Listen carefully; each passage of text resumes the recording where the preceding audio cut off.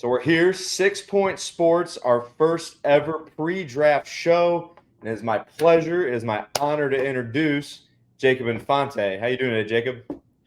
I'm doing good, Blake. We're just coming over here a couple days away from the draft, so I mean, I'm stoked about it.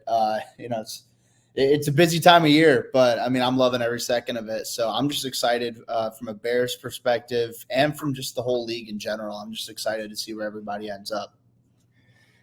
And as the draft approaches, as Bears fans, we are fortunate enough to have some really, and even in the last few years, we're fortunate enough to be really in this top 10 pick range.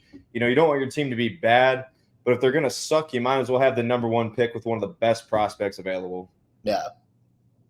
No, absolutely. And I feel like in Chicago's case, it's a unique situation because, I mean, the Bears have the number 9 pick off their own record, but to also have the number 1 pick off of a trade that you did. So you didn't even have to struggle through all the trials and tribulations that go with being the worst team in the league. It's the best of both worlds, really. So I think that the league can tell that there's a shift going on within the Bears, that there's, talent being added. There's talent on the rise. And I think the number 1 pick is just the icing on the cake that this organization needed to, take that next step and, really put an end to this, kind of rebuilding process they've been going through. And so, I mean, you obviously mentioned it. Everybody kind of knows at this point. So the Bears had the number 1 pick last year. Yeah. They traded away to Carolina. They keep Fields. They pass on Bryce Young. They pass on C.J. Stroud. They pass on Richardson. But this year they have the number 1 pick, and across the board, it is almost a consensus. Caleb Williams is QB1 come Thursday. In your perspective, from what the film you've watched and what you've broken down, can you kind of just tell us, who is Caleb Williams as a prospect? What are we going to see in season 1 that he's really, really good at? And what are some things that you think he might struggle with out the gate as a rookie? Yeah, so I'll get, I guess, the negatives out of the way first, just because I feel like there are more positives than negatives. So for, just for transparency's sake, I think that, there are some times at USC and, at Oklahoma sometimes too, where, the phrase hero ball gets used a little bit too much with him. And I feel like part of that's also because USC's receivers didn't get open at a very high level. But at the same time, there are some instances where he had to go into that mode and didn't make the best decisions with it. I do think that there are some instances, ball security is something that's going to have to improve at the next level. But I really think that the positives, far outweigh the negatives with him. You're looking at someone with, high level arm talent, one of the strongest arms, coming out of the draft we've seen in the last couple of years. Very good athlete, someone who's not only athletic but creative enough to maximize it. You'll see someone like a Michael Penix who ran a very fast 40 time at his pro day, but he's not a very creative player. Well, he doesn't really thrive out of structure. And when it comes to extending the play with his feet, he's not great at that. That's not a weakness for Caleb. He's someone who can maneuver in and out of the pocket, quick. Laterally, he's agile, he's fast in the open field. There's a lot to like with him in that end. I think he's an accurate thrower of the football and somebody who's going to come in right away and take control of the team. I think he's someone where the mental aspect is something. I know earlier on there are some people who are like, oh, well, does he have what it takes? Can he look past his first read or whatever? Which, I mean, you turn on the tape, you see that he can, and that he can make good decisions throwing the football. There are very few instances, throughout his collegiate career where I look at some of his throws and I'm like, I have no idea what he was thinking there.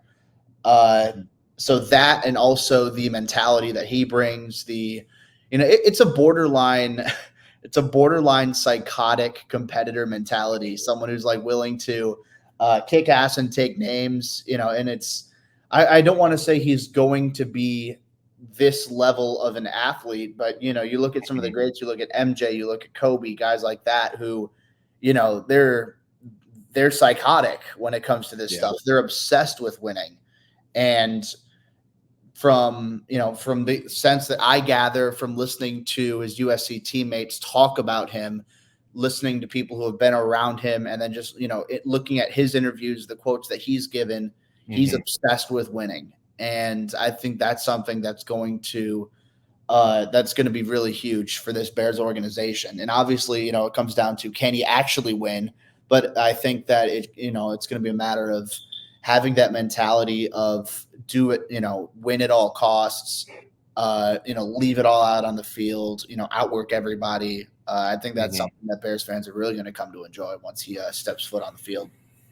Yeah, and I like how you mentioned, at USC, especially, you win the Heisman your junior year, and then your senior year, your draft stock almost falls a little bit, even though he's still the guaranteed number one pick. Yeah. It's pretty crazy to say that. And a lot of it, like you mentioned, had to do with his receivers. So, especially in this new offense, he's getting two elite route runners, guys who are going to get open, guys who can get yards after the catch. And Waldron's offense, everyone says, it plays to his strengths, it plays to its strengths. What do you think we could see from Waldron's offense that will really hone in what Caleb Williams is good at? That maybe, especially me, because I don't break down the film quite like you do. What do you think in Waldron's offense do you think will really emphasize what he is good at? Yeah, so I think that in order to kind of ease the transition from college to the pros, I think that, maintaining a shotgun heavy approach is going to be key, and which Waldron did in Seattle. I mean, I don't remember the exact number, but I went back to find it. It's over 80% of his snaps on passing downs came, out of the shotgun. So obviously there's going to be that 15-20% where you need to work on his ability to, take snaps under center, whether it's on play actions or, even if they do, just a straight, 5-step drop or something like that, 7-step drop even, I don't know. But realistically, most of the time he's going to be spending out of the shotgun. And I think that that's something that's going to, more or less, make Caleb feel a little bit more comfortable.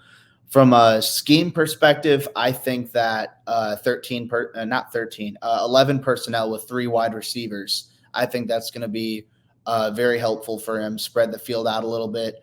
Obviously, it remains to be seen who the wide receiver 3 is going to be for the Bears this year, but you have DJ Moore, you have Keenan Allen. Regardless, whoever you have in that other outside spot, assuming you're going to have one of Keenan Allen or DJ Moore running routes out of the slot, spreading the field out a little bit, I think that's going to be helpful to Caleb, kind of ease the transition to the pros with, a bit more of that.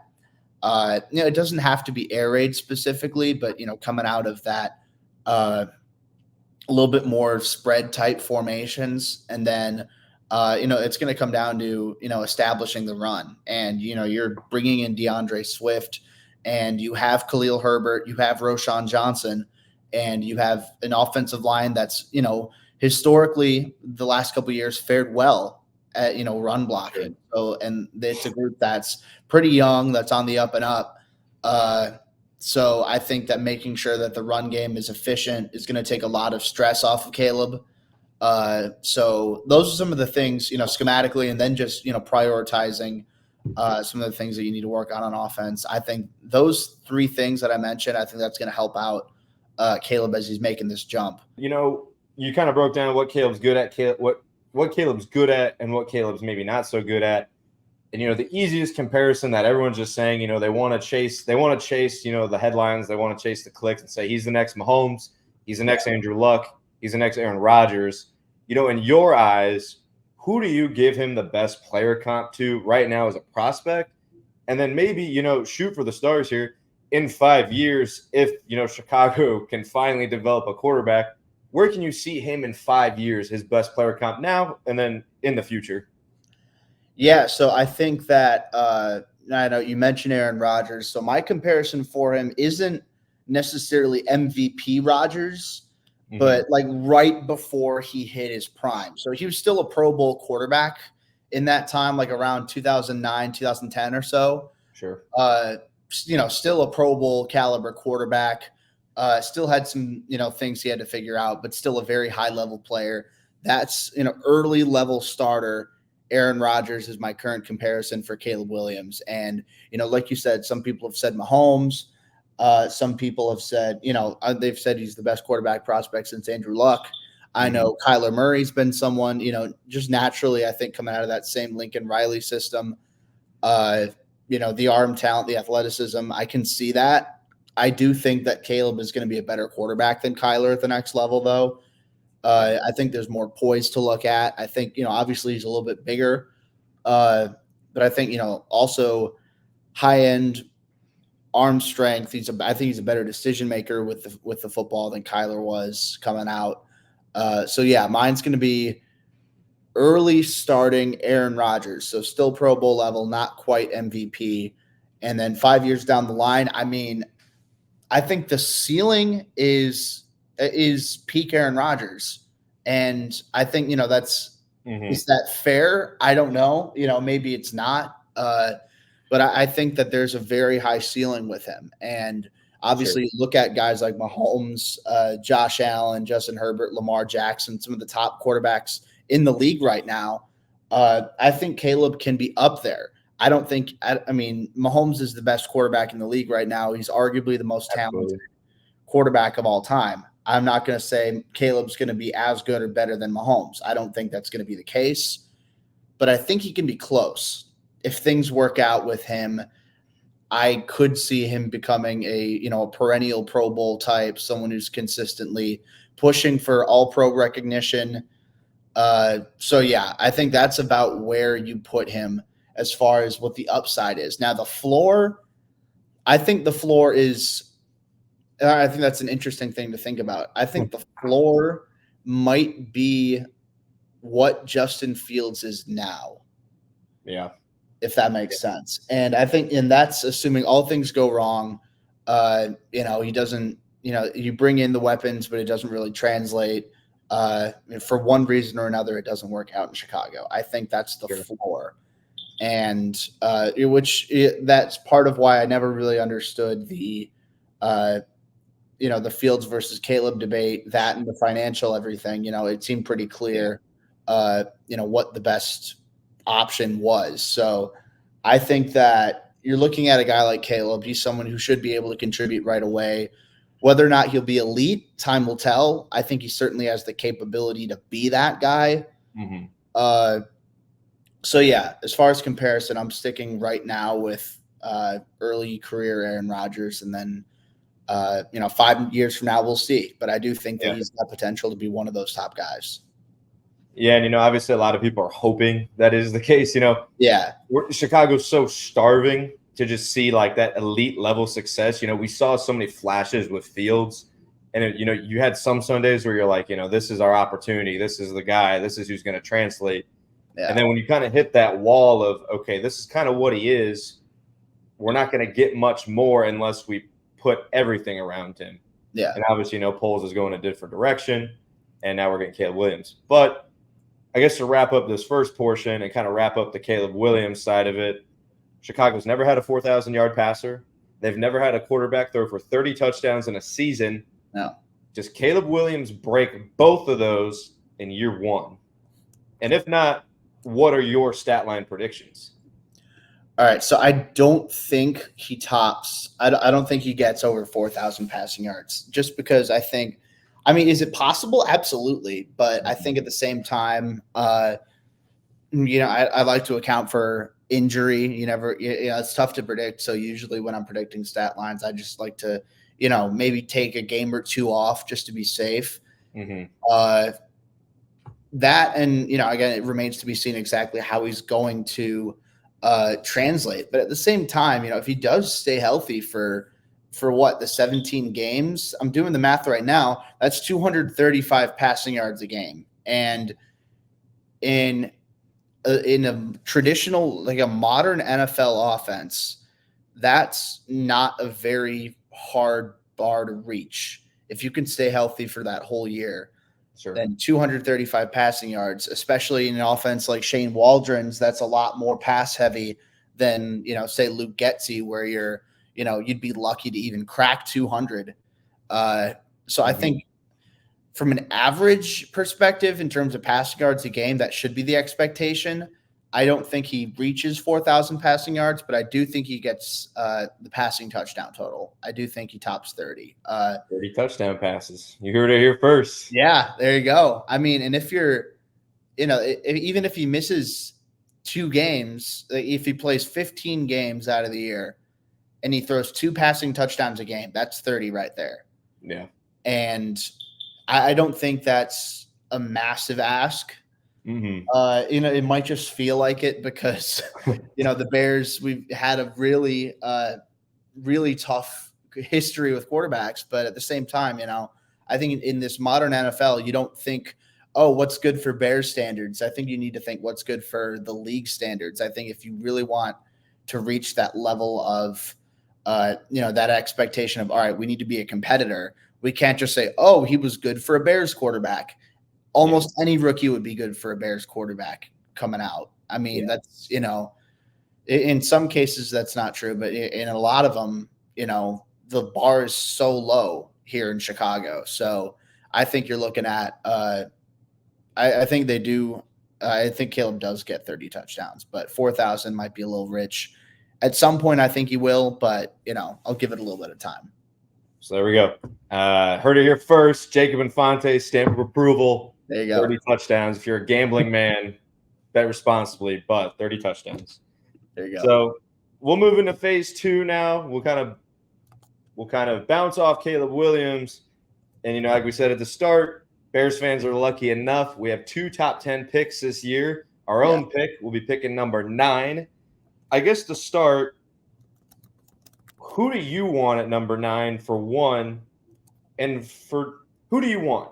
So if it was up to you, Jacob Infante's in the chair Ryan Poles is in, and you're sitting there at number 9, who are you picking based on who you've seen will already probably be off the board, but who's that one prospect you could see being in that 9 range and who you want?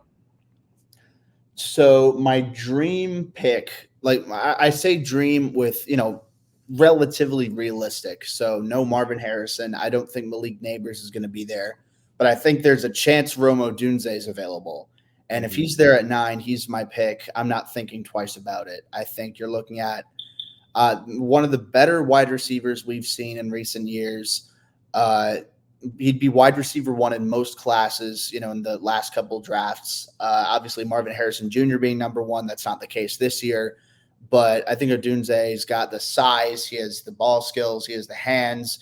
He has the athleticism. He has the route running capability. And I think, just because he's a taller receiver and doesn't sink his hips as well, he's still incredibly fluid. He has a high football IQ, so he knows how to get open and how to exploit leverage when he's going up against the DB, how to exploit soft spots against zone. So Odunze would be my top choice at 9. Again, I don't know if he's going to be there. I think there's a possibility he is. But if he's not, then truthfully, I'm looking to trade down. And I think that there are going to be some picks where if they do take one of those guys at 9, I'll be like, all right, cool. But I feel like especially with some of the defensive tackles, with some of the edges in this class, there aren't any that are way above and beyond to the point where I'm like, all right, you need to take them at 9 rather than, all right, maybe you miss out on this guy, but there's also this guy coming out. So, sure. For example, I have Dallas Turner and Byron Murphy as my top edge rusher and defensive tackle in this class, respectively. But I don't have a massive gap between Turner and Jared Verse and Laiatu Latu. And I also don't have a massive gap between Murphy and Jerzon Newton.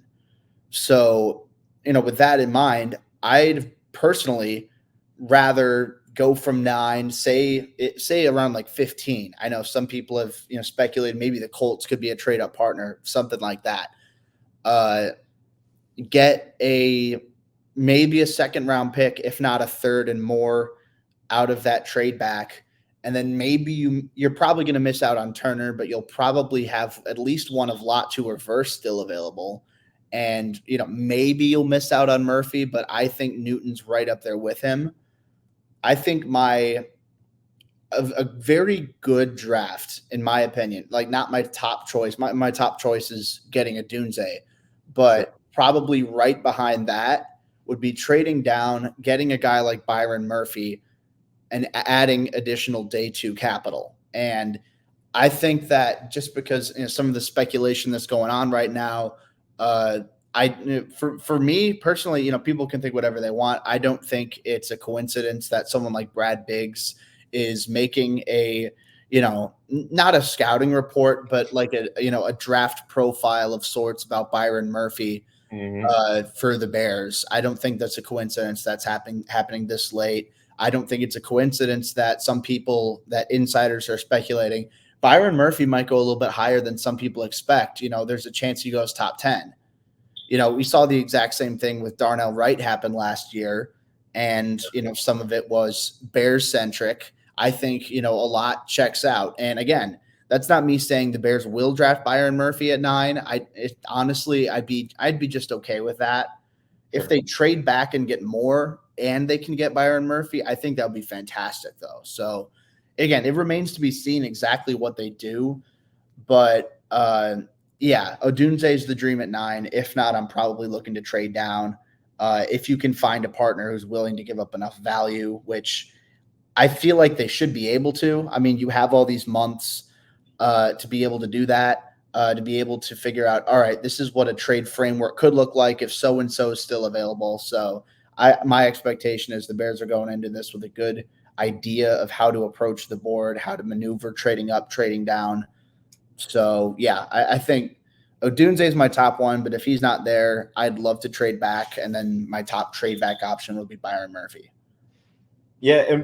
And I even know today, just kind of how you mentioned reading Twitter, you get caught up in a lot of those headlines and a lot of those things. And Byron Murphy's name has come up a lot. And yeah, even last year, we didn't really see till again that draft week when we heard a lot of Jalen Carter and we heard a lot of potential trade up opportunities. Then kind of that week you heard a lot more Darnell Wright.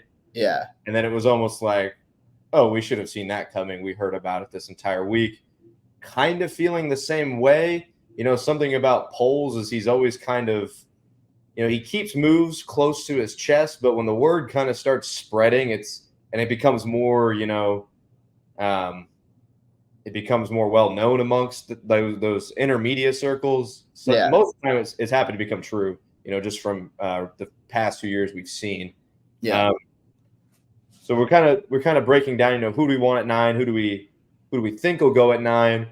The one avenue that I've seen recently, and obviously it's going to get the most clicks, and obviously it's going to get the most eyes to it. If Marvin Harrison falls, and I'm not talking about falling from 4, or I'm not talking about talking 3 to 4, because I personally think quarterbacks go 1, 2, 3 in the draft. I know kind of across the board it's kind of seen that way. Yeah. A quarterback could go number 4, and that drops Marvin Harrison Jr. to 5. Now, the Chargers need wide receivers. We've talked about it before. You think there's a possibility they go O-line or even trade back themselves. If Marvin Harrison goes to 5, is there any bone in your body that says that Poles could pull off a crazy trade, a crazy move, and go get at least from what I've read, one of the better wide receiver prospects in the last 5 to 10 years and pair him up with an elite staff of wide receivers already? Yeah, so I feel like Ryan Poles has to consider it, honestly. You're looking at one, again, like you said, one of the top receivers to enter the draft in some time.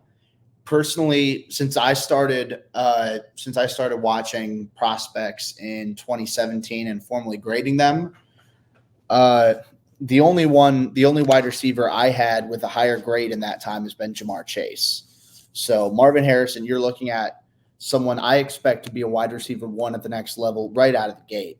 Sure. And, that's pretty high expectations, but I feel like with his size, the speed, the ball skills, the physicality, I think he has elite physical attributes, a high football IQ, and just in general, I think there's you'd have to be nitpicky to poke holes and try and find issues with his game because there aren't really any that are glaring. Like there are some things he can get better at, but sure, he's just a very good, very well-rounded player. So the way I put that in is, I know Ben Volen of the Boston Globe. He's someone I don't pay a ton of attention to what, admittedly to what other markets put out, or let's say other beat writers for other teams. Most of my focus again is specifically with Chicago, but by all accounts, Ben Volen has, as provided some valuable and accurate insight, not just within the Patriots, but nationally as well. And he said that he could see the Bears looking into trading up, even as far as number 3. Because if you're coming out of the draft, again, it's like a Texans sort of deal. If you're coming out of the draft with CJ Stroud and Will Anderson, everybody's talking about you. And in the Bears, I think it's even tenfold. If you're coming out of the draft with Caleb Williams and Marvin Harrison Jr., that's one of the best quarterbacks we've seen in the draft in a long time, one of the best receivers we've seen in the draft in a long time, for an organization that has struggled offensively for so long historically, and in an even bigger market than what you saw in Houston. I think that Ryan Poles would be the talk of the league. The Chicago Bears would be the talk of the league. That could mean more primetime scheduled games. That could mean more eyes on the product. And I think when Chicago is playing well, I think that's what the league wants, whether or not they want to admit it, but because it's a high-end market.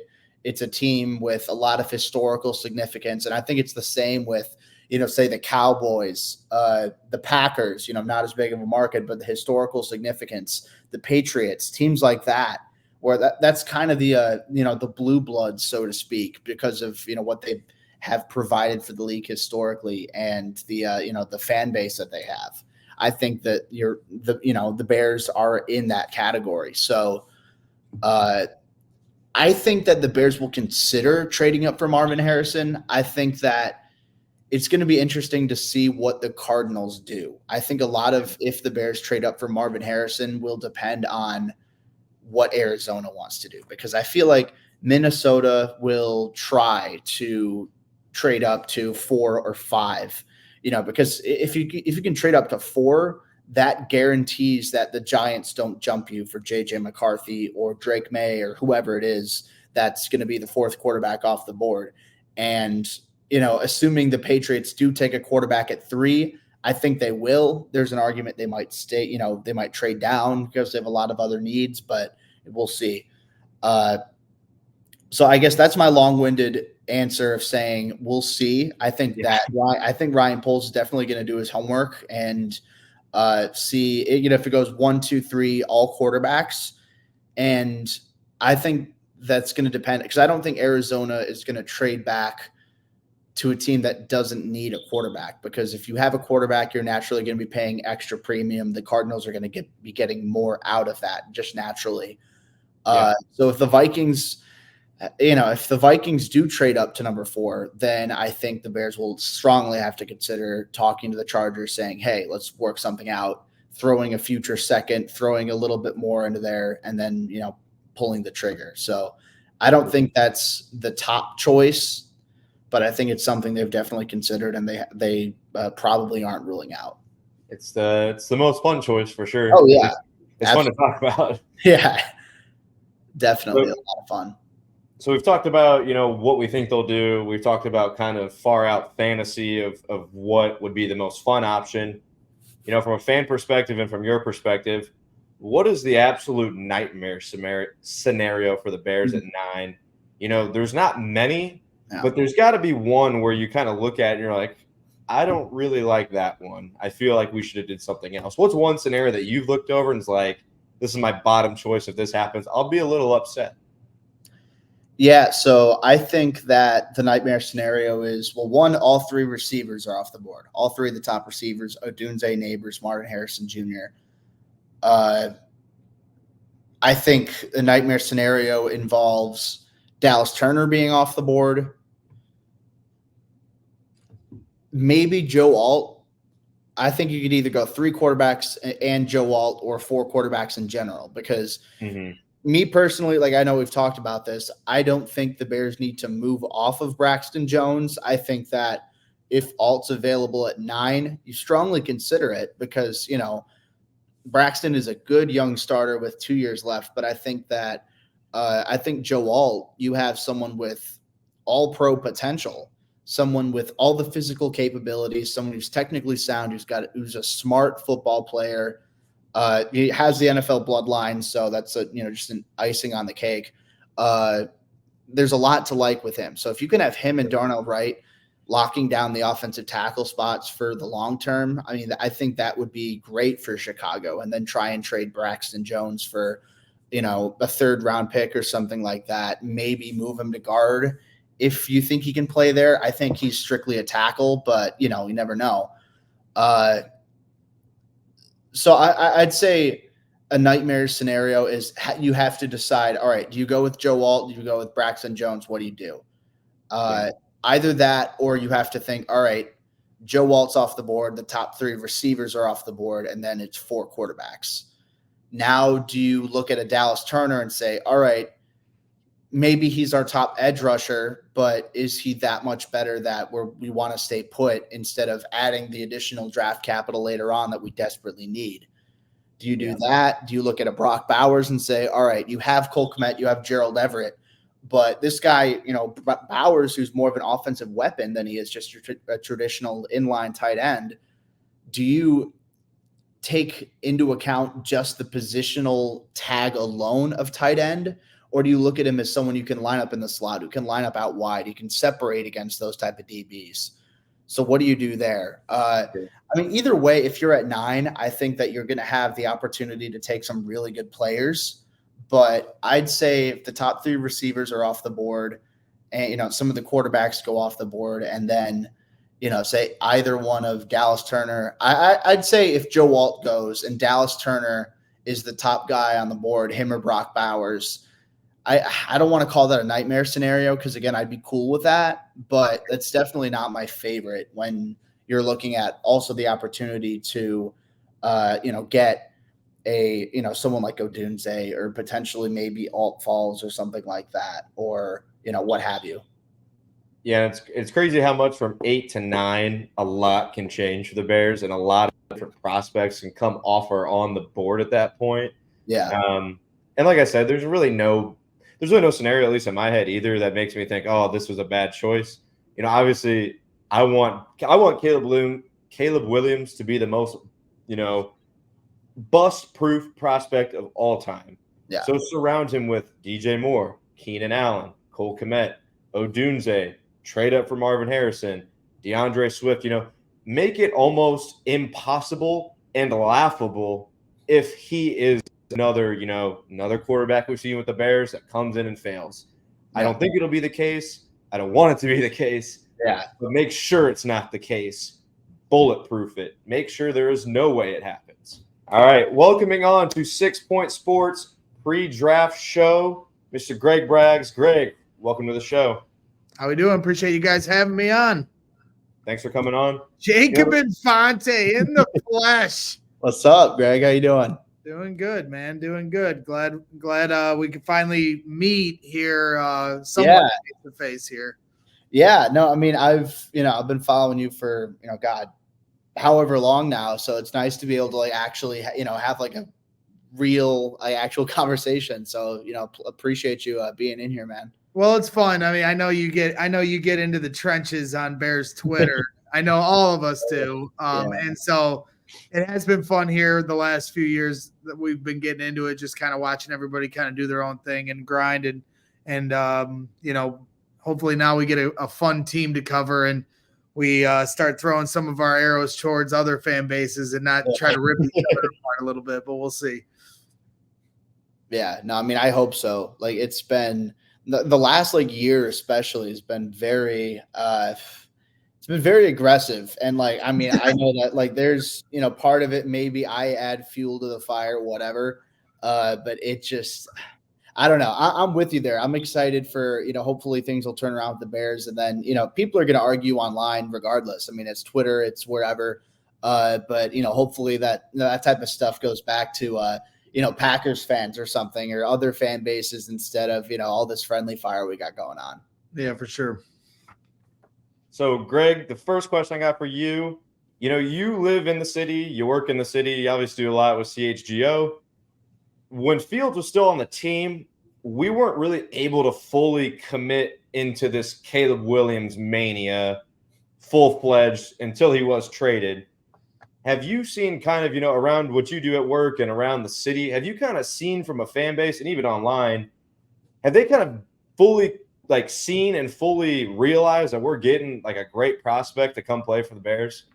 Yeah, Blake, I think now once Fields got traded, I think, obviously it was a very divided fan base, probably right down the middle, 50-50 split for people that wanted to keep Fields and trade back for the haul, and some that want the haul that is Caleb Williams. And, once Justin Fields was traded, I think everyone started to come around to, the hype and the excitement, and I don't think it'll be a Mitch Trubisky situation here on Thursday night where Bears fans at Soldier Field or at our draft party at Joe's on Wheat Street, I don't think anybody's going to be booing the pick when the ticket comes in for Caleb Williams. I mean, so, I think we've come around to this point. I mean, for me, once it became clear that Carolina was going to be the worst team in football last year, which for me, that realization started in October, and then just to eventually see it out, you started to just kind of understand that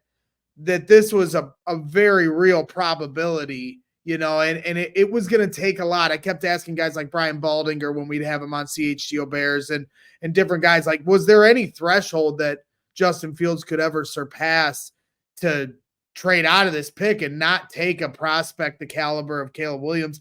And it really didn't feel like there was. And I know for a lot of Bears fans, that's frustrating, but, just from there were just so many layers to why, from a development standpoint for Justin, from a timing standpoint for the contract situation he was about to run into, the uniqueness of the opportunity for the Bears being a good team, but having, a competitive team, I should say, and having the number one pick from another team where you can drop a young quarterback like this on a rookie contract, and this isn't your typical rookie by any means. So, for me, it was easier to come around to the idea because I had already opened up my mind to this in late October. So, but I think for the most part, Bears fans have come together now and are starting to see the positives in Caleb Williams and not just, trying to find negatives to make their case for why they should keep Justin and trade the pick. Yeah, and definitely over the past couple of weeks, the cool thing about Bears fans, and unfortunately this offseason we've kind of seen, the ugly side of it as well, how we're so passionate that when we direct those at each other, it can get messy. But when everyone's kind of on the same team, and most of the time you like to think that we are, it's a pretty passionate fan base. And guys like Dan Orlowski and RG3, they've kind of seen, what we're able to do as a fan base in terms of supporting our guys. But, you got Caleb Williams. You got a guy who, he has a knack for the flair. He has a knack for the moment. What are your expectations for Caleb Williams year one? Not so much of a stat line, but what do you need to see from Caleb Williams year one to make it think like, okay, this is the guy. Like, this is what we've been waiting for.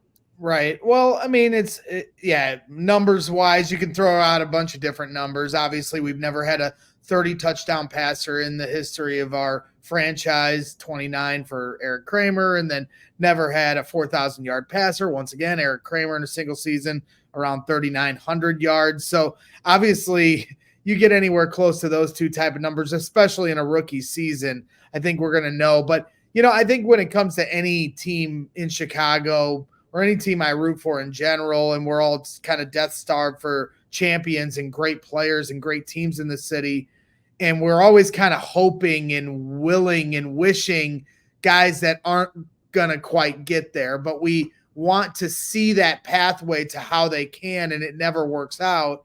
And a lot of times it just comes down to, it when you see it, and instead of having to rationalize why you think it will work out, the best of the best here in this city, whether it's the 2016 Cubs or Patrick Kane, Jonathan Taves, and Duncan Keith and the Dynasty Blackhawks, or obviously Michael Jordan and the Bulls, or the 2005 White Sox.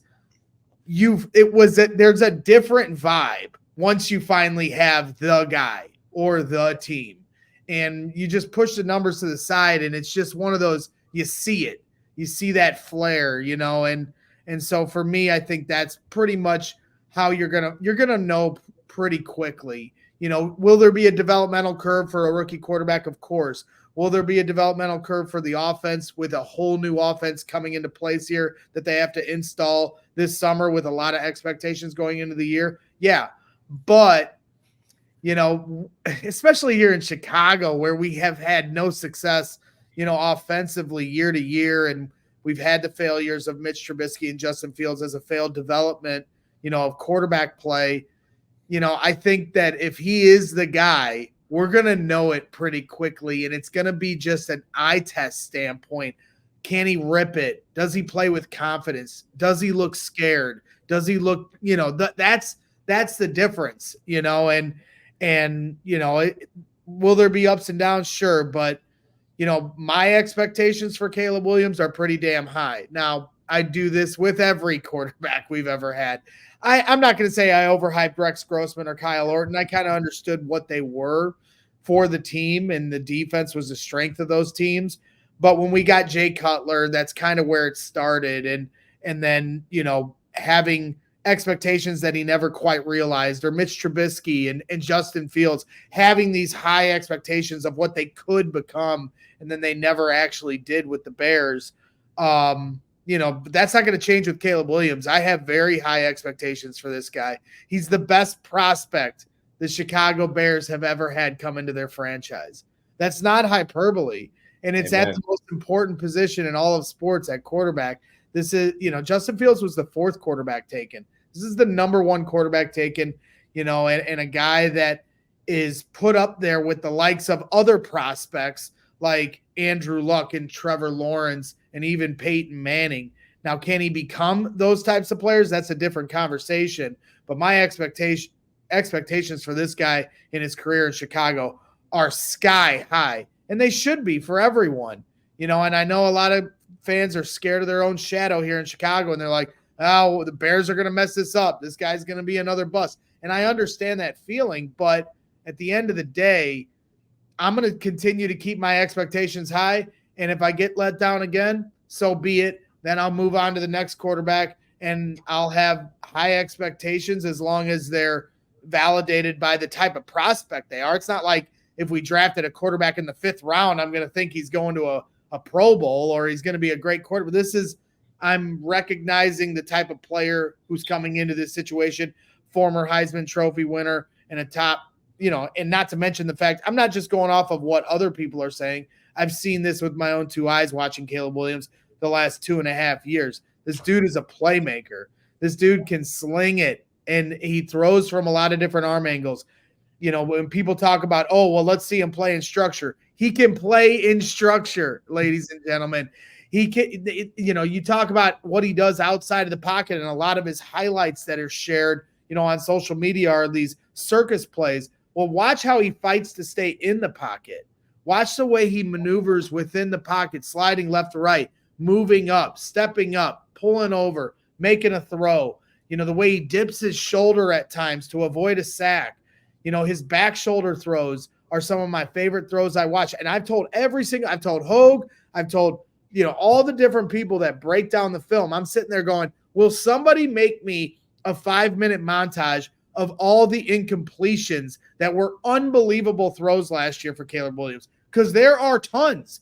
Those are plays that are left off the stat sheet, left off the highlight reel, that for me, as I started to look at this guy as a potential quarterback for the Bears, I'm going, that's an amazing throw. And now he's got DJ Moore, Keenan Allen, Cole Kmet, DeAndre Swift, and a lot of talent around him to throw to, as opposed to the talent he had at USC, with all due respect. So my expectations are very high. This guy's a multiplier, and he's coming onto a team with some talent on the offensive side that are multipliers in their own right.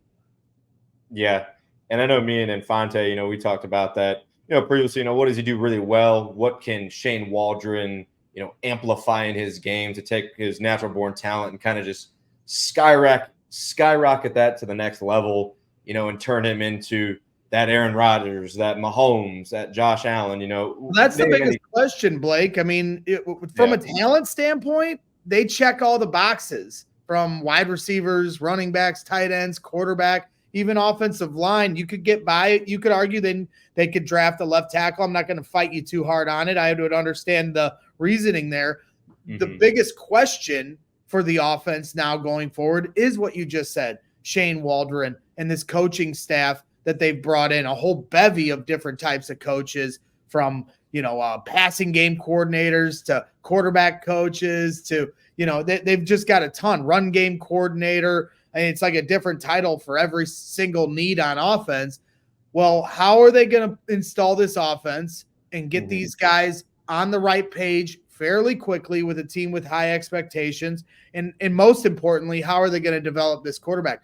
Honestly, those are questions we really don't know in Chicago, but what we do have to go off of with Shane Waldron is how he developed, Geno Smith, obviously, Coach Drew Lock, coached, Jared Goff, a former number 1 pick, who certainly, had his flaws that they had to try to figure out. So he's coached different types of quarterbacks that gives me confidence that he can develop and get the most out of them. But at the end of the day, we haven't seen it with Caleb Williams and how they'll mesh, having, seen Shane Waldron and been around him a little bit. He seems like a nice guy. I'm interested to see how he coaches at camp.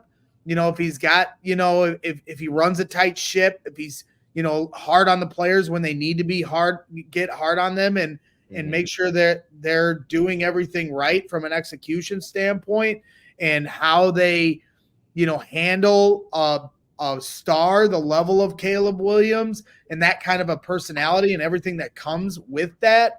Those are all questions that still have to be answered, and we don't know those. So that's the unknown. That's, we've fallen into this trap with Matt Nagy, and different offensive coordinators. So, Luke Getsy as well. I think we all thought, the most of what could happen there coming from Green Bay and being from, a good West Coast type offense, the Shanahan type offense, the McVay offense that everybody's chasing. But at the end of the day, these guys got to get it figured out here in Chicago. And we don't know that answer yet. But I think there's signs that show that you can be optimistic, but nothing that can give you any kind of 100% assurance. Yeah, I'm glad you kind of transitioned more into, the coaching staff side, because it is a part I do want to briefly speak on. I want to bring Infante, in more on this conversation too. It really sucks because, it always feels like in this Bears sphere, it's always you either have the GM figured out or you have the quarterback really never figured out. And then you have the head coach that sometimes you have figured out. And it seems like the GM's figured out. It seems like we know what he does. We know what he's good at. He's great at drafting. A lot of these starters now on the Bears are his draft picks. And the quarterback, seemingly, this is the guy. There's really no other option that we'd rather have this offseason. And we've set it perfectly to get him. And then we have Matt Eberflus. He finished last season strong. He blew multiple games that most would put on him for time management, clock management, timeouts when he shouldn't. And I guess I'll start with you, Jacob. What do you need to see from Eberflus in those first 4 games or those first 6 games? If the Bears start 2-4, and we're kind of seeing, hey, a lot of this is on Eberflus. What do we need to see to avoid that and kind of calm everyone's nerves to say, all right, we might have all this figured out now? Because he's the last guy that everyone's kind of, we don't know. Yeah, so I think a big part of that for Chicago is going to be the ability to finish games. And, that's something we saw last year with the Bears. They struggled with, maybe they had a lead going into the fourth quarter, well into the fourth quarter. And then for one reason or another, things fall apart. The other team gets to score. They take the lead. And then Chicago has the chance to move the ball down the field, try and score again. And then something goes wrong and there's a turnover. And I think part of that comes down to, all right, well, Justin Fields should have performed better in this 2-minute drill or what have you. But I think what it came down to was that Eberflus defensive philosophy. We saw a little bit less of it later on in the year, but I think it was more so early in the year. But regardless, I think the ability to hold strong and not so much change your defensive philosophy late in the game when you are winning I mean, it's so easy to fall into the trap of, all right, we're up by a score here. Let's just play prevent. Let's just play soft zone. If they beat us with short plays, then so be it. We don't want to give up the big play. But what that resulted in damn near every single time was those offenses slowly but surely with, small chunk plays were able to move the ball down the field, were able to pick up first downs. They were able to win the time of possession battle, and they were able to drain the clock, get the lead, and then Chicago didn't have a ton of time to get the lead back. So I think that's the big thing I want to see from Matt Eberflus in 2024 here is, and obviously you're looking at the defense. On paper, it should be better. You have Montez Sweat for a whole year. You're bringing in Kevin Byard, who should be an upgrade over Eddie Jackson at safety. Whoever else you're planning on bringing in the draft, ideally it should be better on the defensive side of the ball than it was earlier on in the year.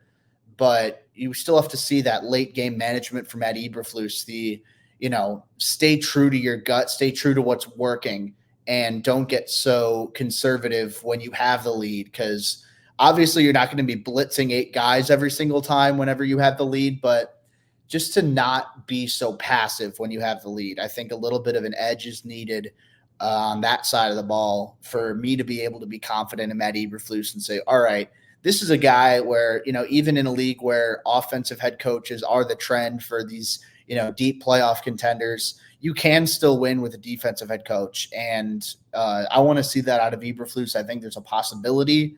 And certainly with the roster the Bears have, that's my expectation.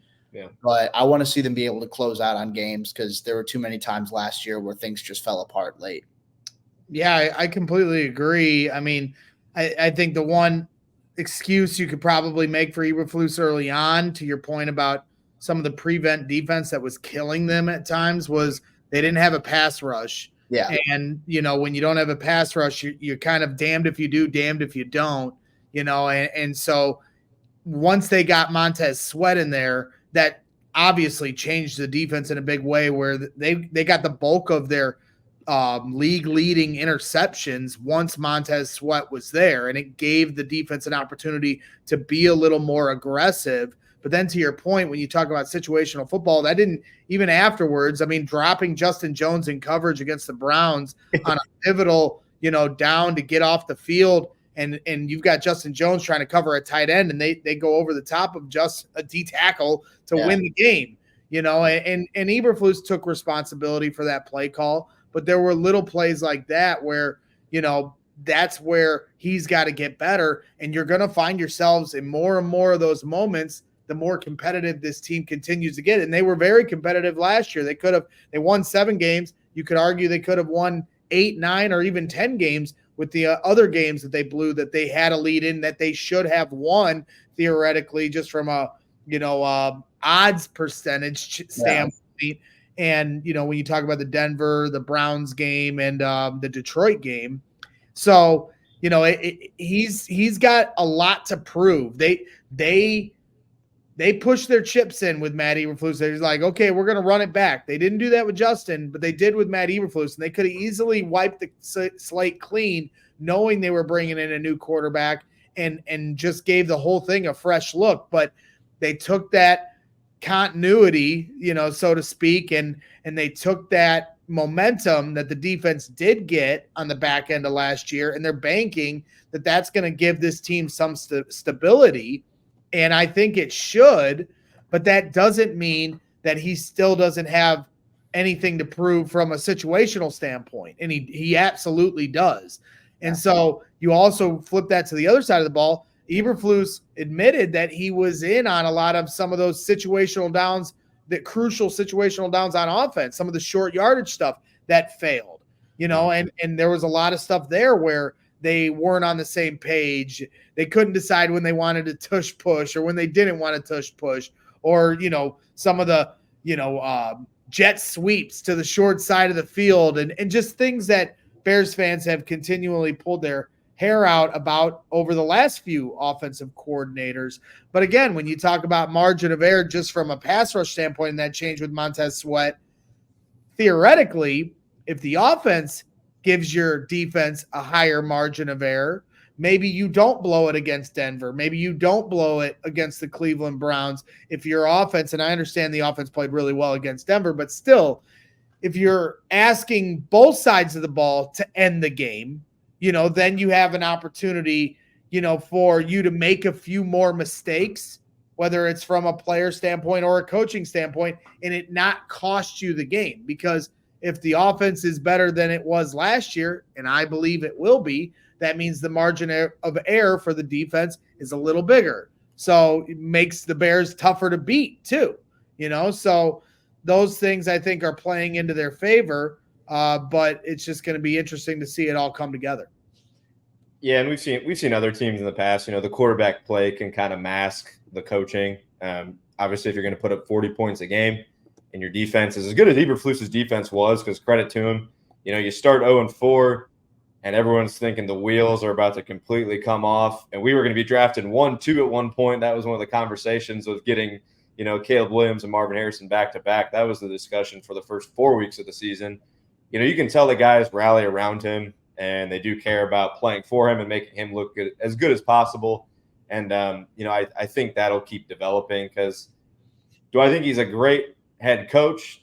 Currently, no. Do I think he's a great defensive coordinator? I would say currently, yes. That's my opinion, and I think a lot of people are kind of on the same page with that. And then the other thing that I think is key when you talk about what the offensive staff needs to do to really, get this, dream to realization. Well, that's a lot on Matt Eberflus too, because however they handled it with Luke Getsy, it wasn't working. And now you bring in this new offensive staff, a whole new, it was like Luke, and Chris Morgan, but there wasn't like this, like passing game coordinator, run game coordinator, offensive coordinator, quarterbacks coach, Ryan Griffin, like all these different, it was basically Luke Getsy, and that was their coaching staff, and then the assistants around. Now they have all these different players and titles. Well, Matt Eberflus needs to decide how he's going to handle that, because he said, okay, I'm going into next year and I'm going to continue to call plays because that's what I like to do and that's what I'm good at. Hey, I'm all for it. But you can't argue then that's going to take away from some of your focus on the offensive side of the ball. So you've got to trust this new coaching staff to take a lot of that responsibility there on and how much communication there is from Matt Eberflus to the offensive coaching staff. Does he pull the reins back a little bit and not be as involved in some of these short yardage situational downs because he's working with the defense so much, and just let the offense handle the offense, the defense handle the defense? Back in the 85 Bears, you had Mike Ditka handling one side of the ball, Buddy Ryan handling the other side of the ball. And if either coach tried to get in the other guy's way, they were telling them, hey, get the hell on your side of the ball and leave us the F alone. So, I'm not saying it's going to be that, but at the same time, I do feel like these two coaching staffs, from Eberflus in the defense and Waldron in the offense, are basically two separate entities. And as long as both are doing well, I don't think that we're going to, have an issue with it. But, when there's mistakes that happen at the end of games, it's always going to fall on Matt Eberflus, and how he handles that stuff is going to be key. And I definitely am going to have my eye on that. Yeah. And so pivoting kind of more away from the season and what we're looking for there, kind of going back to the draft, we talked about Caleb Williams. We talked about, kind of the coming new age of this new era of Bears football. The Bears have the number 9 pick.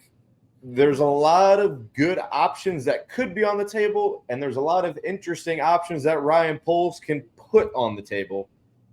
If you're sitting in Ryan Poles' chair right now at number 9 and kind of being realistic with who's going to be there, who do you want to see the Bears pick at number 9? Do you, in your eyes, do you want to trade up? Do you want to trade down? And who would you go for in those scenarios as well?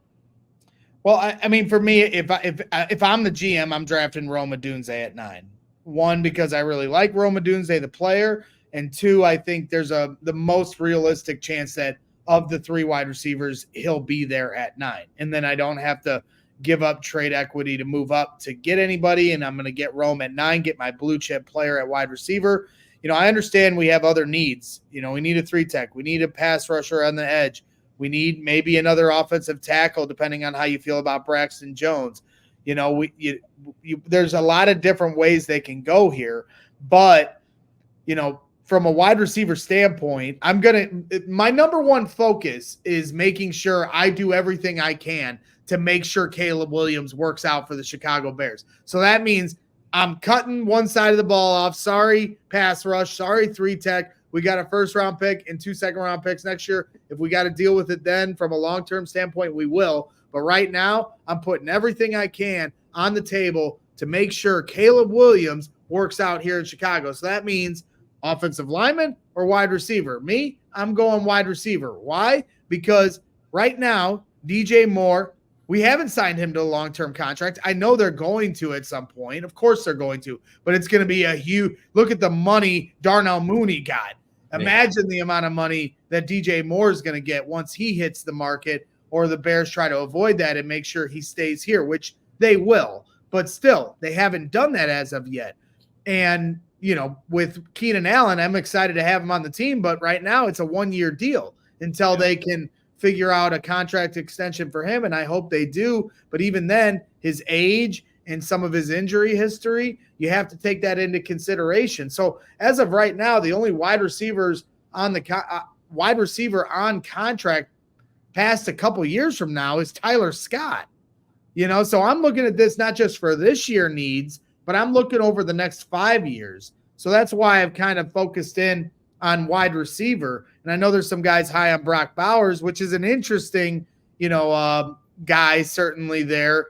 In a tight, a certain, I mean, you look at, Travis Kelce and Patrick Mahomes, you want to, put him up. But at the end of the day, we do have Cole Kmet, who's been one of the more productive offensive tight ends in all of football, from, a pass catching and touchdown production standpoint. So, I'm going to take, I understand how great Brock Bowers is, but I'm going to take the wide receiver. So, but at the same time, whether it's offensive lineman at 9, wide receiver, DN, 3-tech, Brock Bowers, if they want to get crazy and trade up for Marvin Harrison Jr., if they want to be fiscally responsible and trade back a few picks and add a second-round pick, like all those different options I just named, you're going to have a hard time telling me that it was a bad move. We won't know the player if he's going to work out until down the road, but in the moment on Thursday night, of all those different options, it's all needs the Bears have. So, if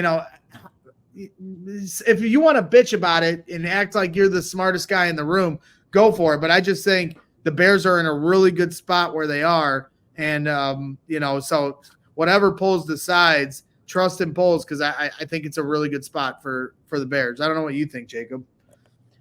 Yeah, I mean, I'm with you there. I think that there's so many different options that you can pursue at 9. We were talking a little bit before you joined in. I'm with you 100%. I think if Odunze's there at 9, he's my top choice to be the selection for Chicago, just because, you have – I mean, obviously looking at what Shane Waldron did in Seattle as well, he's proven that he's able to utilize 3 different wide receivers and utilize them in a high volume sort of aspect. And even though I would hope that the exact role that Chicago would use Odunze in would be different than what Seattle used JSN in, I'd still be confident that all 3 receivers and Kmet would be able to contribute in the passing game. And with Keenan Allen, being over 30, he's only on 1-year deal at this stage. You're going to try and bring him back. But again, and also like Blake said, I think this comes down to a matter of wanting to make Caleb Williams the most bust-proof quarterback you possibly can. And I think that's surrounding that rookie quarterback with as much talent, as many weapons as possible, to the point where if it doesn't work out, for sure it's on Caleb. You can't point to, oh, well, he didn't have enough weapons. He didn't have a good enough offensive line. Like there were some, excuses being made for Justin Fields, some of them being valid, to why it didn't work out. And, I think that Ryan Poles realizes, all right, we want to make this as easy of an environment to transition into the NFL for a rookie quarterback as possible. So that's why I like Odunze there. Otherwise, I mean, I'm a big fan of Brock Bowers. I ultimately think that, Chicago's done their homework on him, as they should. I don't know how realistic he is as an option. I'd love to be wrong on that because I think he's an incredible football player. But I think if it's not a receiver, it's going to be someone on the defensive line, whether it's tackle or edge. I think that's probably where it's trending towards right now. I keep pointing to Byron Murphy out of Texas. I feel like that's something where, there's too much smoke around it right now to not at least acknowledge it. I think that from an athleticism perspective, from a power perspective, from a motor perspective, and just what he can bring as a 3 technique, he fits a lot of what's important in a Matt Eberflus defense. And while honestly, I feel like offense would be the dream at 9, give Caleb another young player to come up alongside with that high, even if it's not a blue chip player, still a high profile prospect for the offense to build alongside. I could see a defensive lineman being the move for sure. And I tweeted something along the lines of this earlier today where you look at Ryan Poles coming from Kansas City, Ian Cunningham coming from Philadelphia. Both of those organizations drafted aggressively for defensive linemen. And I didn't even include, Philadelphia signing guys like Hassan Reddick, extending Brandon Graham and Fletcher Cox, this offseason signing Bryce Huff to rush off the edge, trading for guys like, Malik Jackson to rush up the middle. The Eagles made a lot of moves on the defensive line, whether it was while Ian Cunningham was there or while, after he left. So that alone, and the Chiefs drafting guys like, George Karlaftis and Felix Anudike-Uzomah after Poles left, and still bringing in guys, Chris Jones trading for Frank Clark, drafting guys like Derek Nottie, and there were some that didn't really work out like Breland Speaks, but the point still remains, you're still investing heavily on the defensive line and keeping Dee Ford around as well. That's another thing that, the Chiefs show that they wanted to invest heavily in the defensive line. So I could go on and on and on. I think that the organizational focus, the philosophy with this front office is invest in the trenches. And I think that last year you used an offensive line first round pick. This year, I wouldn't be surprised if that other pick outside of Caleb was a defensive lineman, whether it's an edge or a tackle. I don't know. But if all 3 receivers are off the board, I think it's going to be pretty clear that it's going to end up being a defensive lineman. I wouldn't fight that. But the one thing I will say is if you're going to go edge, 3 tech, or even offensive line, then I need you to trade back a few spots and try to get back into the second round. Bingo. That's where I'd feel the most comfortable, going that route. If you want to, wide receiver, I can go on and on and on, like you said, just talking about why we need it so badly.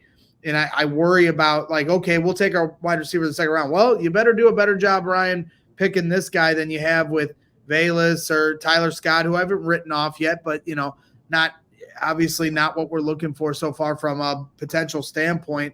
Especially when you see the year Puka Nacua had, and obviously trading for Chase Claypool was his biggest miss so far as a GM. So he hasn't been great at wide receiver. So if you trade back, you're like, well, this is such a wide receiver heavy draft, and I'm going to take the 10th or 11th best wide receiver in the second round potentially, depending on how many come off the board, and there's always a ton. Yeah. Maybe you get in the top 10 of wide receivers off the board. You better, you got to get that pick right, but that's what I'm going to say. If you're going to take an edge or a 3 tech, then I need you to trade back a little bit and let that guy fall to you and add some more picks here in this draft and down the road, maybe even for next year as well. I think that's where I would, hold firm on. Yeah. I mean, I'm with you there 100%. I think the dream is, realistically looking, if you're trading down, I don't think Dallas Turner would be available. Say, I used number 15 with the Colts as a potential move down spot, maybe 14 with the Saints. Say if the Saints want to go for an O-lineman, they want to jump the Jets, or the Colts want to jump in front. Maybe they like Brock Bowers or something around that range. I don't think Turner's going to be there, but if you can get Verse, if you can get Murphy, if you can get Latu, assuming they've done their homework on the medicals and everything with the neck fusion clears out okay. Right. Even Jerzon Newton, I think he's someone who's being, heavily slept on at this stage. So if you can get one of them and maybe even squeeze a second round pick out of that, and then say in round 2, you can end up with someone like a Ricky Pearsall out of Florida, or maybe if Ladd McConkey falls out of Georgia, or maybe Xavier Legette out of South Carolina, if you're looking for more of a trade space type of guy with a higher ceiling. Keon Coleman out of Florida State, Troy Franklin, Oregon. The list goes on. I mean, it's a good receiver class. So I'd be a fan if say if the Bears can't get Odunze or any of the top 3 receivers at 9. I think, like you said, it'd be really good to come away with, you still have a defensive lineman in the first round, but have an extra day 2 pick to work with to be able to draft a wide receiver. And then in that round 3 spot, you can really go in a lot of different directions. You can add an offensive lineman. You can add, maybe another receiver if you want to double down. Defensive tackle. I love what I expect the value should be at defensive tackle in round 3. I think that if they don't go with a guy like Murphy or Newton in round 1, they could still get a solid starter in round 3. Whatever the case may be, I think that would open up a lot more opportunities for Chicago if you do move down and then, figure it all out from there. Well, I mean, when you talk about a value standpoint, like to me, I think this team is still in a spot where they need to be operating on a best player available, kind of strategy. Mm-hmm. I don't think they're there yet as a team and a franchise is going for need. And as fans, we always look at need because we always think we're ready to take that leap to the playoffs and the Super Bowl. And I get that. Yeah. But from Ryan's standpoint, just like he has the last couple of years, where we questioned him when he drafted Brisker and Gordon and then left the wide receiver that went to Pittsburgh off the table. Yeah. And then last year, when you look at, Dexter and Tyreek Stevenson and we were all kind of questioning things, even Darnell Wright, in the first round, when you have,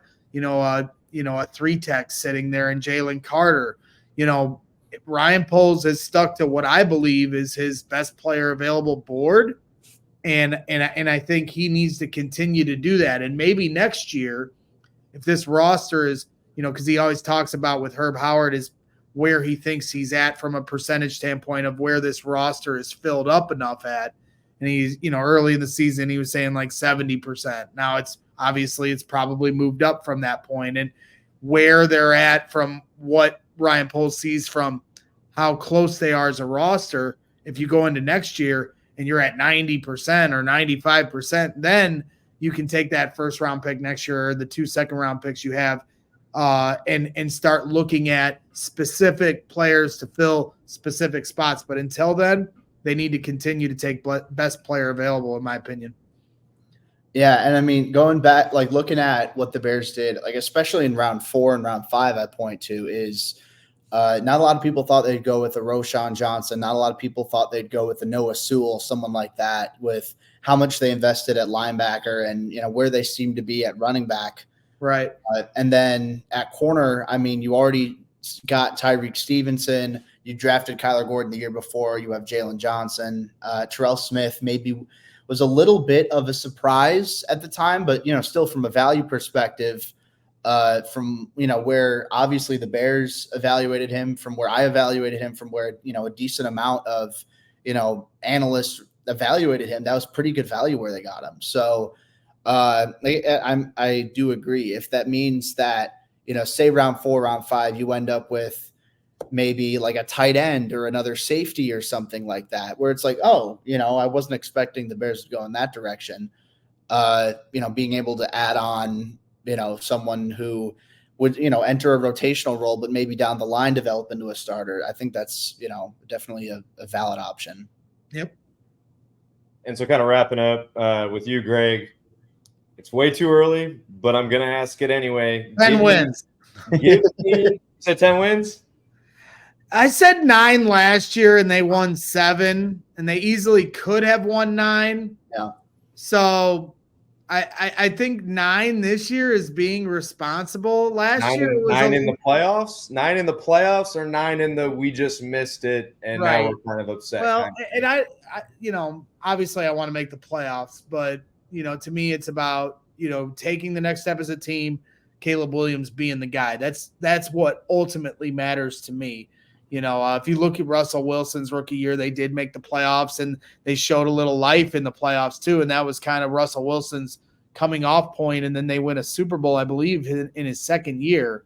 Yeah. And, that would be great to have that kind of timeline for Caleb Williams, because I think the teams and the player in Caleb, I think there's a little bit of symmetry there. So I said 9 last year, and that was lofty. I said 9 last year. And then I also said anything less than 7 wins is a massive disappointment. So this year, it's like 9.5. I mean, be bold and say 10. No, I think 10 is the lofty meatball take. 9 is being responsible, so it's right there. But then I'll lift up my level of. I'll lift up from 7 to 8 as far as anything less than 8 would be a massive disappointment. If you have another year where you have 7 wins again after last year, the way they started the season, pathetically, I mean, what were they, 0-4 to start the year? 0-4. They looked terrible, and they lost 3 games that they shouldn't have lost. So you add all that up, they end up with 7 wins. You need to get out the gates, a little faster this year. You need to be more consistent on offense, rookie quarterback or not. You need to win the games you have in the palm of your hand in the fourth quarter. And I think if they do all that, there's no reason why this team can't win at a minimum of 8 games, reasonably 9 games. And if we're shooting for, serious goals and being a serious team, having 10 wins. So that's kind of where my mindset is. But ultimately, in the first year of the Caleb Williams era, all that matters is that he gets 17 games where we see, really good development and watch that continue to climb. I mean, you look at Jordan Love, it wasn't pretty for him early in the season, and then he really took off at the end of the year as he started to get familiar with the offense, and the team itself really took off, and they probably should have been, fighting to get to the Super Bowl, and then, they obviously fell short. But obviously a team on the rise there in Green Bay as well. So we got our work cut out for us in our division. But I think the Bears could easily be on the same kind of trajectory, or maybe even a better one when you consider how good this defense played at the end of last year and the talent they have on this team. I think all of it really does come down to these coaches holding up their end of the bargain. So I'm excited for it, though, man. I mean, the draft is finally here.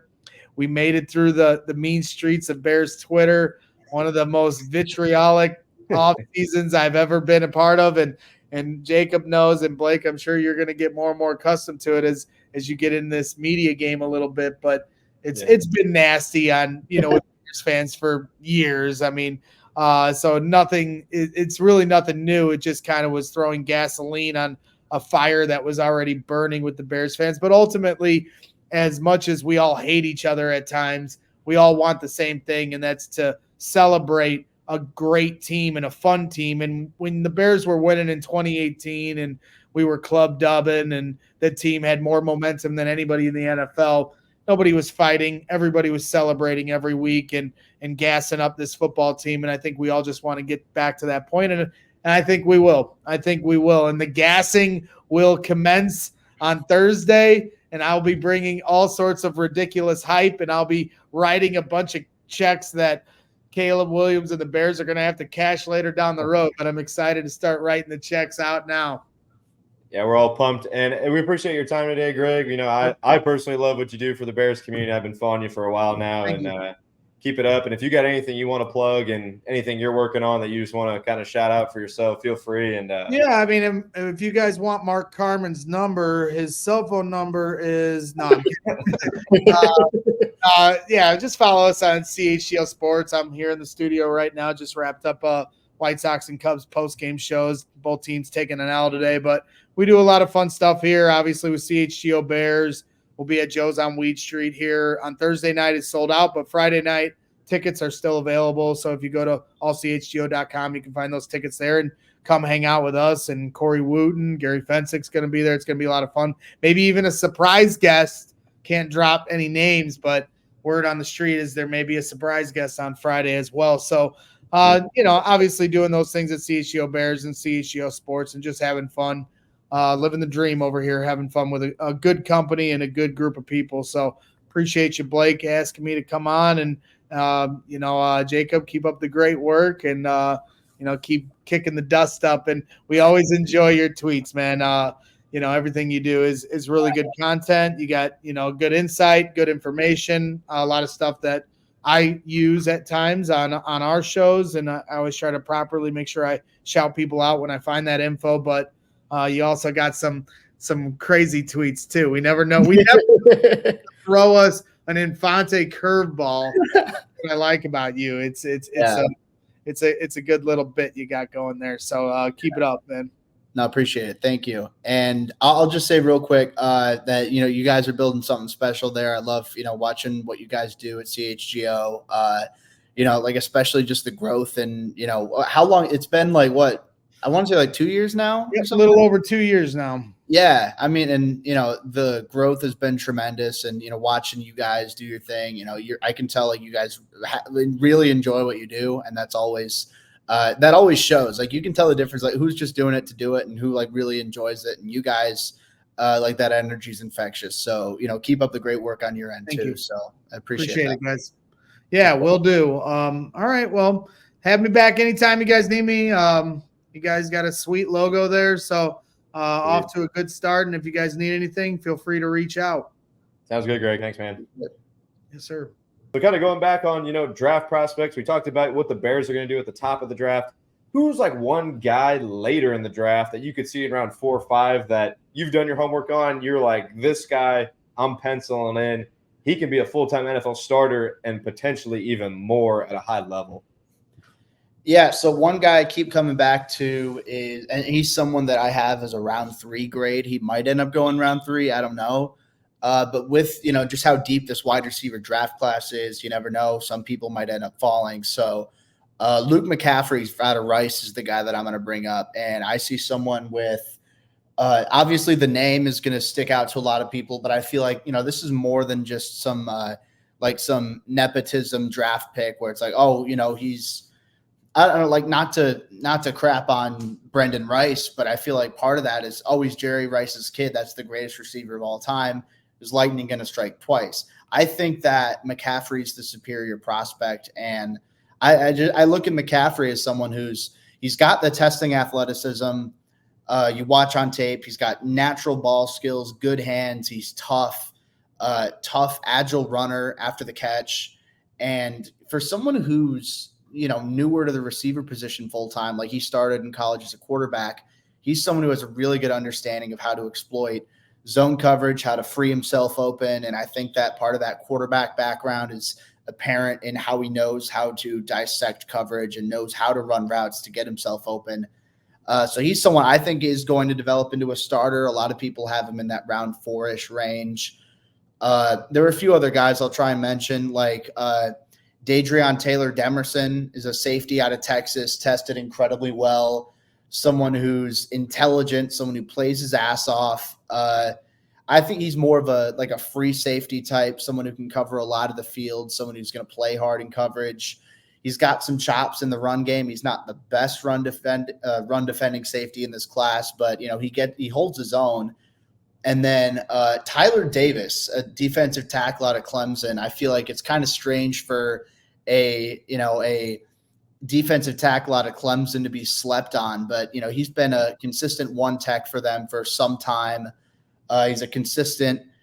He was a 3-time first team All ACC, and he's someone who's topped 5 sacks twice in his time at Clemson, which isn't easy to do as a defensive tackle, especially in college with how much they rotate guys. So he's someone I think that, tested well. He's someone with very good power at the point of attack. He's stout, not the biggest guy, but he can, he's got a strong anchor, effective 2-gapper type of prospect. He can play nose. He can play at the 1. He can rush as a 3 tech. And then I want to find one last guy that I want to bring up. I'll bring up Mason McCormick. He's a guard out of South Dakota State, someone who just tested incredibly well. And I think like the South Dakota State, that offense was fantastic. And I have 6 guys on my board on that offense alone who I think have a decent chance to get drafted from that offense. And McCormick's the best of the bunch. And that's including Isaiah Davis, who earned a Senior Bowl invitation, including Garrett Greenfield, who's he broke the record for the highest vertical jump for an offensive tackle in combine history. McCormick tested insanely well, speed off the charts, agility off the charts, which honestly kind of surprised me because, when I watched him, I saw the play strength and the nastiness. That's the stuff that really stood out to me. So to see him running so well and have, that explosiveness in, the jumping tests makes me think that, there's more athletically for him to tap into. So he's someone I think he's probably going to end up around round 4, but I think he can be a good starter at guard in the league, probably left guard because that's where he played at South Dakota State. But either or, I think he can be a good player at the next level. So there are a few other guys I'm sure I could dig into, but just real quick, there are a few guys that I feel like I'm higher on than the consensus and guys I think could be a good, good starters at the next level. And whether it's, athletic testing, tape, or a combination of the two, I feel pretty good in, projecting that they could be more than what the consensus has them at right now. We'll keep our eyes on those guys. It's always cool because I'm not a draft guy. You're obviously like a super big draft guy. So it's cool when we can kind of, let you kind of flex your knowledge and all those guys turn out to be Hall of Famers. And in 10, 15 years, we can replay this tape back and hopefully you'll have a lot of awards by then for writing and other cool things so we can kind of add to your resume. Let's hope so. Last thing before we wrap up the entire show. So 6 Point Sports Draft Challenge. Go check it out on our main page. Predict the top 15 picks, and you can win an NFL jersey of your choice. Jacob Infante, top 10 picks of the draft. All right. You can add trades if you want. I'm looking to see which players are going in whatever slots. If you want to, you can add which trades go where. But give me the top 10 picks in your prediction, 1 to 10. What do you got? All right. So 1, Bears, Caleb Williams. Obviously, I'm going with that. That's the only obvious one, which is crazy to me. Number 2, Washington. I would have felt really good going Jaden Daniels here for the longest time. The whole, Jaden doesn't feel great about the whole multi-quarterback visit thing. Maybe there's some tension there. I'll go Drake May at number 2 to Washington. I mean, I think he's the better quarterback anyway, so I don't know. Number 3, then I'll go Jaden Daniels to the Patriots at 3, which the quarterback situation is going to be interesting, but number 4, I think the Cardinals are going to stay put. They're going to take Marvin Harrison Jr. I think teams might try and trade up, both for a quarterback or for whoever, but I think Arizona's going to stay put. I think the Chargers move back to to number 11. The Vikings are going to move up to number 5. I'll have them taking J.J. McCarthy. I just think, Minnesota needs to do some sort of move to jump the Giants, to jump, to make sure Denver or Las Vegas doesn't jump ahead of them. They've got the 2 first-round picks. They've got the ammo to work with. So I'll go with that. 6, I'll go Malik Neighbors to the Giants. 7, Joe Alt to the Titans. Number 8, I think Jacksonville's going to trade up from 17. Okay. Jacksonville trades up from number 17 to number 8 to take Rome Odunze, 1 pick before the Bears, which I hate to do as a Bears fan, but it is what it is. Number 9, then I'm going to have another trade. I'm going to have the Colts trading up to number 9 from 15. Colts are going to take Brock Bowers. And then the Jets stay put at 10, and they're going to take Talise Fuaga, the tackle out of Oregon State. So that's what I'm going with there. It's going to be really tough to predict, especially with all the trades and stuff like that. So that's that's 3 trades I have going down in the top 10. That would be really interesting, if that's the way that it goes down. So we'll see, but that's what I'm rolling with. That's what I'm rolling with for right now.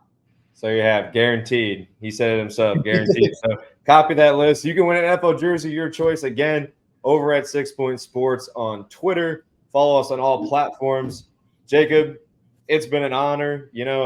6 Point Sports, we're trying to build the brand and obviously doing a pre-draft show, our first ever.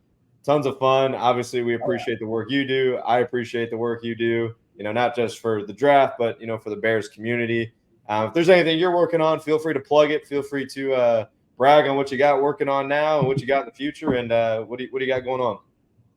Yeah, so I'm going to be busy the next couple of days. If you want, as a pre-draft preview sort of, I have my draft guide that's going to be coming. That's already out on my Patreon. So the link it's in my Twitter bio, but you just do patreon.com/Jacob Infante and you'll find it.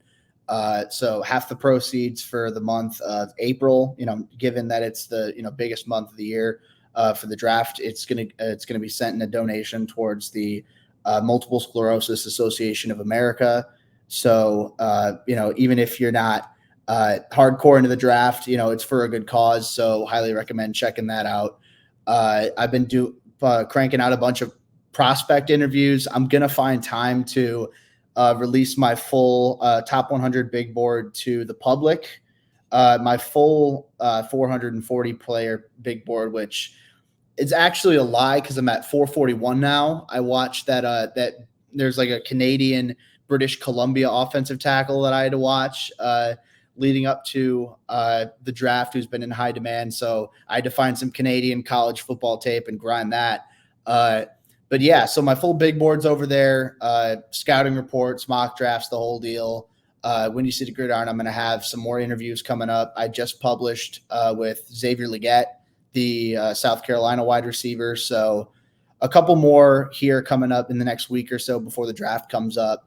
And then my final mock draft, my final big board, they're going to be coming up in the next couple days. And then I'll be doing draft stuff over at Windy City Gridiron. So a lot of stuff going on, but it's my favorite time of year, so I wouldn't like it to be any other way. Sounds good to me. Go follow Jacob Infante 24, right, over on Twitter. Yeah. You can find him over there.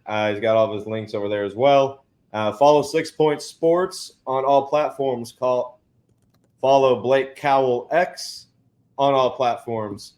You can catch more of this kind of stuff here, future on 6 Point Sports page. Look forward to bringing you guys Chicago sports content, as we progress through the draft, head toward training camp. We cover the Cubs, we cover the Sox, we cover the Bulls, we cover the Hawks. So come for us for all of your needs. And that's really all I got for the first ever draft show. Appreciate your time, Jacob, as always. And let's do it again sometime. Absolutely, dude. I appreciate you having me on, Blake. And, it's always a pleasure, being able to chat with you. So I had a blast. Appreciate you having me. Sounds good. Take it easy, everyone.